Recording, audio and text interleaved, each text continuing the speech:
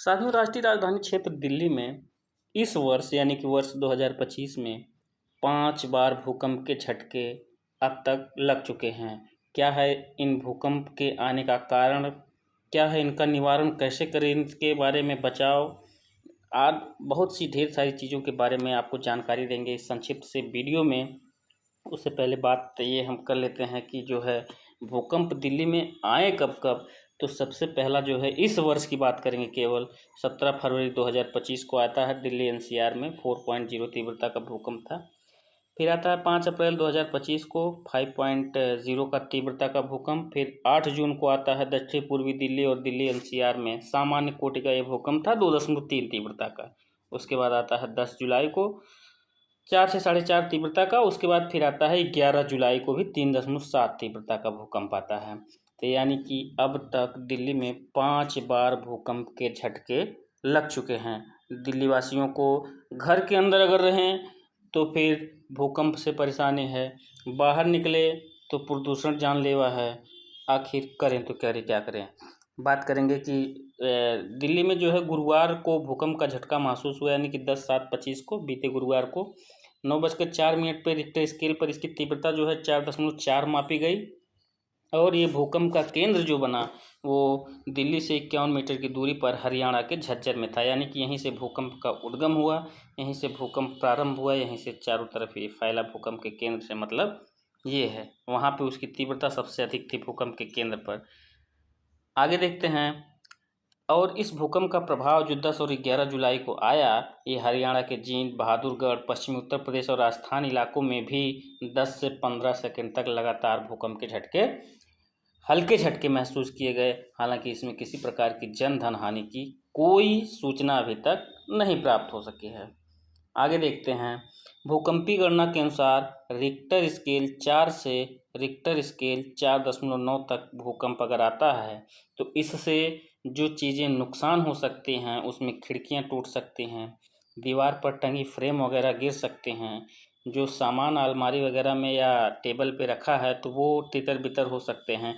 यानी कि कोई बड़ी हानि नहीं हो सकती है।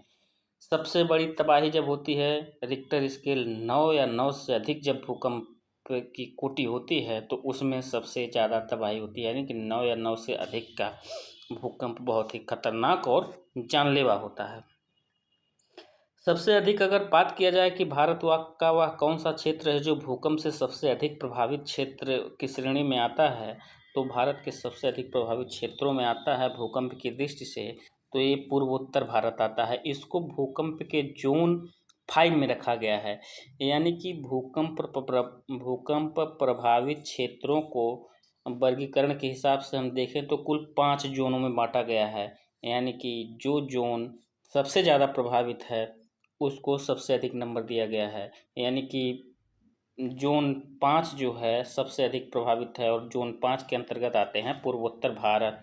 दिल्ली सबसे अधिक से थोड़ा कम प्रभावित है, तो दिल्ली को भूकंप जोन श्रेणी 4 में रखा गया है। दिल्ली को जो है भूकंप जोन श्रेणी 4 में रखा गया है। अब ये देखिए भूकंप आते क्यों हैं, ये दिमाग में विचार आते होंगे। जो है हम सभी विद्यार्थियों के बहुत से लोग जानते होंगे, बहुत से लोग नहीं जानते होंगे, तो हम आपको बता देते हैं। हमने पृथ्वी को कई सारे प्लेटों में विभाजित किया है। यूरेशियन प्लेट हो गई, ऑस्ट्रेलियन प्लेट हो गई और एशियन प्लेट हो गई, ये सारी प्लेटें हैं। यही प्लेटें जब एक दूसरे के नज़दीक आती हैं या एक दूसरे से दूरी होती हैं थोड़ा या ज़्यादा, तो भूकंप के झटके महसूस किए जाते हैं। यानी कि जब चाहे वो नज़दीक आएंगी चाहे दूरी बनाएंगी तो भूकंप के झटके महसूस किए जाते हैं। जो कंपन होता है उसी को हम भूकंप कहते हैं। अब ये सावधानी ये देखिए कि भूकंप के दौरान क्या करें क्या ना करें। भूकंप के दौरान आप क्या करें क्या ना करें, तो सबसे पहली बात, अगर भूकंप आ जाता है तो आप ये देखिए हम किस स्थिति में हैं। अगर आप गतिमान स्थिति में हैं, कोई गाड़ी वगैरह चला रहे हैं, तो गाड़ी को रोक करके तुरंत उसके मैदानी क्षेत्रों में चले जाएं, गाड़ी खड़ी करके।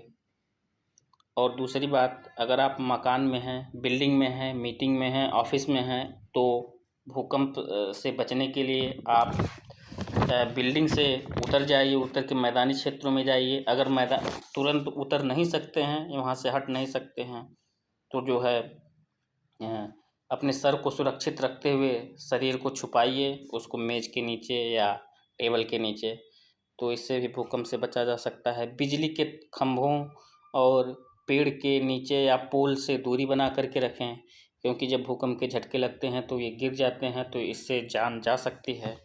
तो ये सारी चीज़ें हैं जो भूकंप आने के दौरान जो है आपको ध्यान रखना है। तो छोटी सी वीडियो आपको कैसी लगी? अगर ये सार्थक लगी हो तो इस चैनल से ज़रूर जुड़ाइए, ऐसे और सारी वीडियो आती रहेंगी। सभी प्यारे साथियों को धन्यवाद।